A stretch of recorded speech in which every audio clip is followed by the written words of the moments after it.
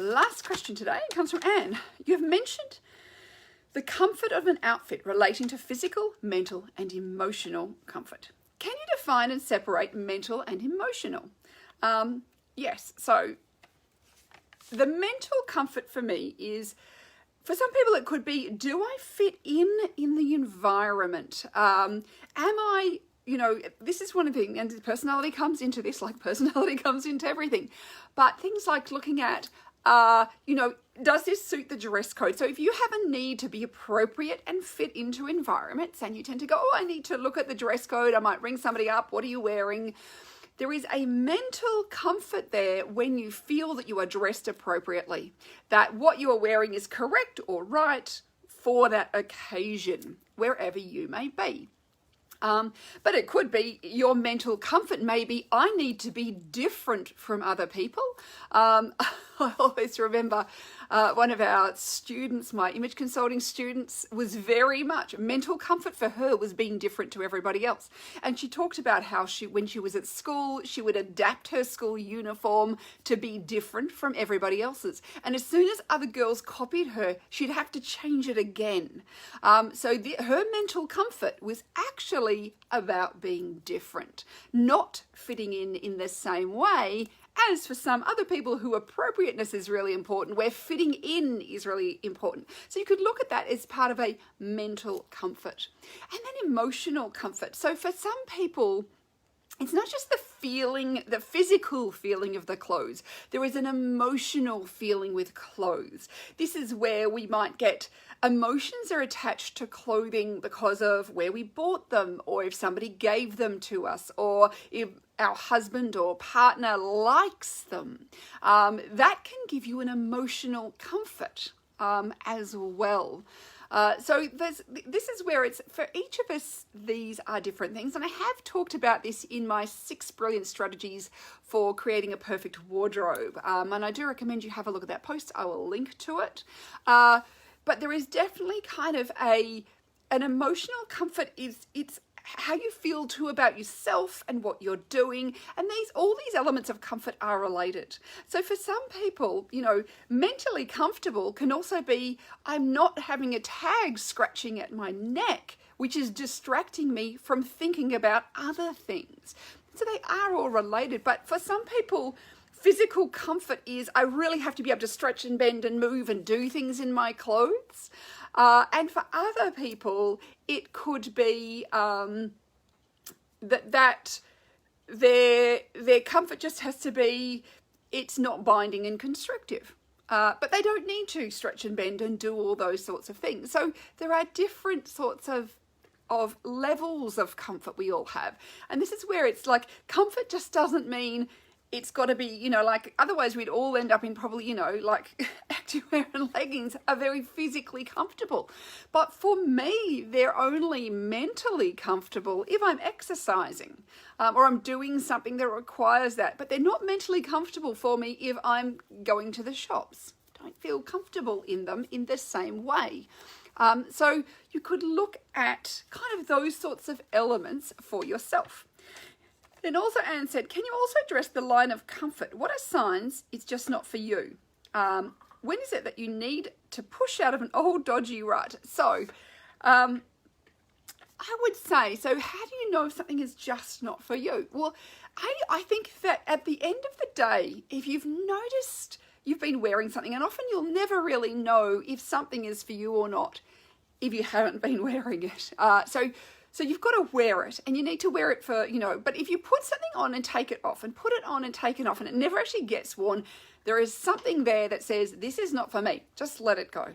If you've been wearing something for a day and at the end of the day, you just go like, there was some sort of, and this is where you might not be able to define whether it could be physical comfort, it could be emotional comfort, it could be mental comfort. I'm not sure, but there's something you feel is like not quite right. Then that's an indicator that something could be let go of as well. And then what can happen too is, I always think you need to look at your clothes, particularly when things are very physically comfortable. And if you have a high drive for that physical comfort, which some people are very, very kinesthetic. My son's like this, and it's almost like the nerve endings are closer to the skin. So this notice of the physicality of how the clothes feel on your physical body is very aware. Even at the age of 2, when I tried to get him into a pair of jeans and he'd say, no, mummy, no soft pants, only wear soft pants. So that boy was in tracksuit pants until he was a teenager and he decided he wanted to wear a pair of jeans. But it was only soft pants for him. And then I knitted him a jumper out of wool and it was no itchy, scratchy, no mummy, you know. So he's very kinesthetically aware from very young. So he understands his physical, but there must be some sort of probably mental level of comfort there. But it's interesting, as a teenager, the level of comfort, suddenly it was, well, I need to fit in, I need to wear a pair of jeans because I need to be like my peers. And that's more maybe an emotional fitting in and belonging. And this is where we have different kind of values and different things going on in our lives about where these things fit in. But yes, I would say that if you're feeling that at the end of the day you go, there's something a bit wrong, it could be looking at something about a comfort level for you. I noticed that women being reticent about turning up the volume when that seems to be what could get them the biggest result with their style. And this also comes down to personality. So turning up the volume. So look, a more dramatic style is often more exciting and it's more noticeable. And so often that sort of element can be something that can look great, but it doesn't work for everybody. It's got to be related to your personality. But this is where too, that it's this, understated done really well can be beautiful, but it has to often be in a higher quality fabric with beautiful construction, to make it look kind of classy or just well constructed, stylish, understated. And it's got to fit really well as well. There's a lot of things that go into, so the more simple an outfit, the more those other things become apparent, versus you can have probably a less well-fitting outfit or something, but it's more dramatic and makes its own statement. Often too is we get very stuck in this kind of very narrow way of looking at our own style, and we feel like if we push ourselves out of it at all, that we're going to become the laughing stock.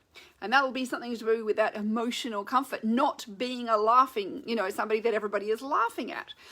But one of the reasons why I created my Evolve Your Style program after I did read a whole lot of reading about, brain science and how our brains work and neural pathways and all those sorts of things, is that by pushing yourself a little bit out of your comfort zone each day, just a little bit, you'll be amazed at how much over a period of even a few weeks that your comfort zone is actually expanded. But if you never start pushing yourself out of it, it doesn't expand. It actually contracts over time. So we have to keep kind of pushing out there. And that's when you start to discover like, oh, actually people don't laugh at me. In fact, what I get is compliments. And other people going, oh, well, you always look so good. Or wow, I'd never thought about wearing, more than one brooch at the same time or whatever it might be. But that comes with this kind of that new neural pathway network that you create as you try new things.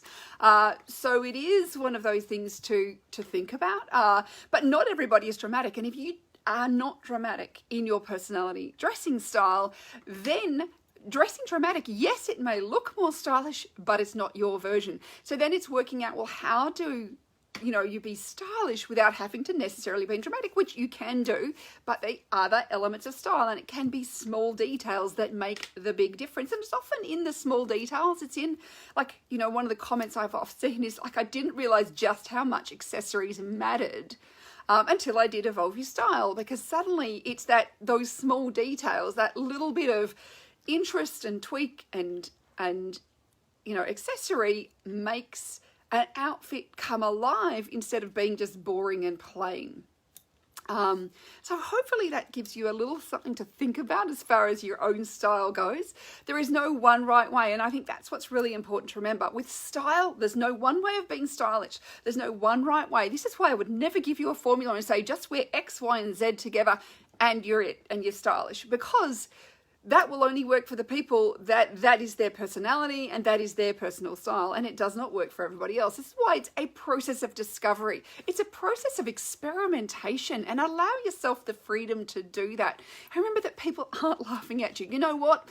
Most people are so kind of in their own heads, focusing on themselves most of the time, they are not really noticing so much of what is going on around them. It's like we may remember that we wore this dress to the last time we went somewhere, but I bet you the majority of other people don't remember what you wore because they're just not focusing on that. There's, billions of bits of information coming at us at any one time.